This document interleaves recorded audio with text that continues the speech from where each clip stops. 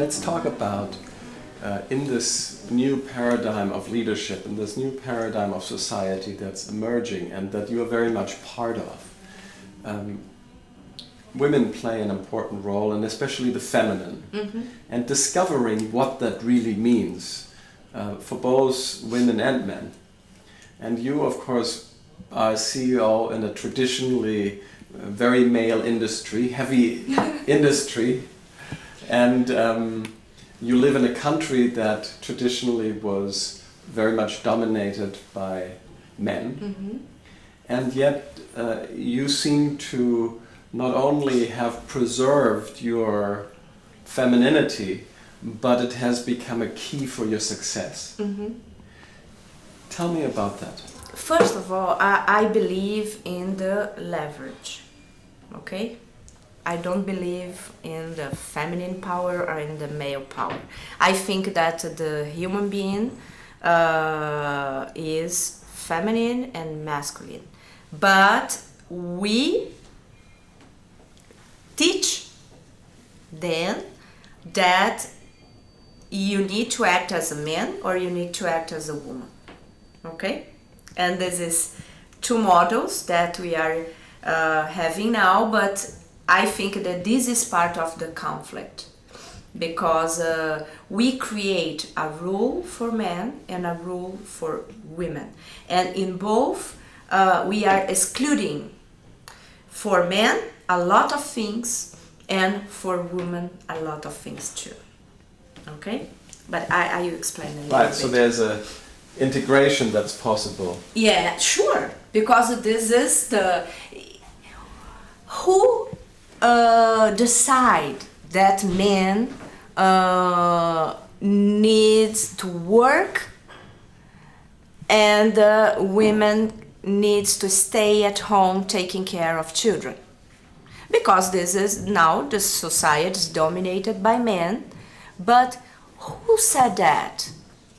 I don't agree, and I really feel angry when I heard some women saying that this is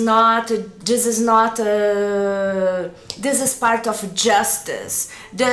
We need to empower. We need much power. We need to be part of the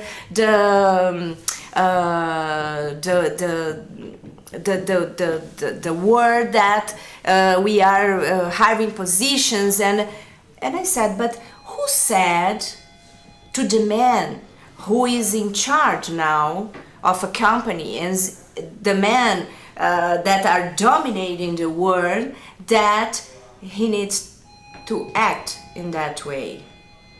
Her mom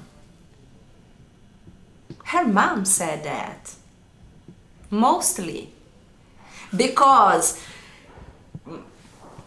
she was at home passing values, trying to you as a man, you cannot cry, you know, you need to study, you need to take care of your family, and for the girl you need to find a man that can protect you, you can build a family, that you know, this is the way that we were educated, but not for men, mostly for women. And this is when you recognize this as a woman, you can change this. And how did you change that? How did that happen for you? I had a totally different example at home, okay? My mom worked all her life, same as my father. They really divided everything at home. And she teaches us that if you work,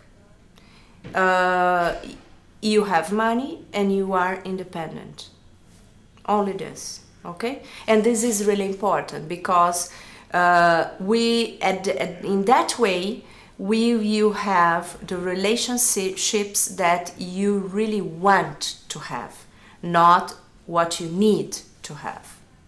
Okay, this is I think that the most important thing that my mom said to me, to my sister, and to my brother. I learned that when she came home, she talked with us about her job, because this is part of her. And I did the same with my daughter.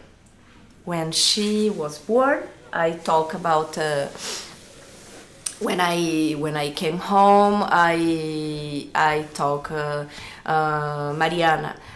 Today, my day, I had a meeting and I performed in this way, and she talk about the school, same thing, you know, and about what I talk with someone, and this is I am part of her life, and she's part of my life, but my entire life, you know. And this is, I think, that the beginning, because this is part of the relationship. When I have an important meeting, I said to my daughter, today you have an important meeting. I will do a presentation. I need to get some approvals, you know. And she asked me, what time do you finish this meeting? At 3 p.m. Okay, 3 p.m. She's calling. What happened with your meeting? Okay, and I do the same. When I talk about this, I am talking about the way that you are creating your family. You are building your family. On our website globalleadership.tv, you will find additional footage, other dialogues with innovation leaders from around the world, and also the hands-on practices that help them and their organizations to move from inspiration to real change.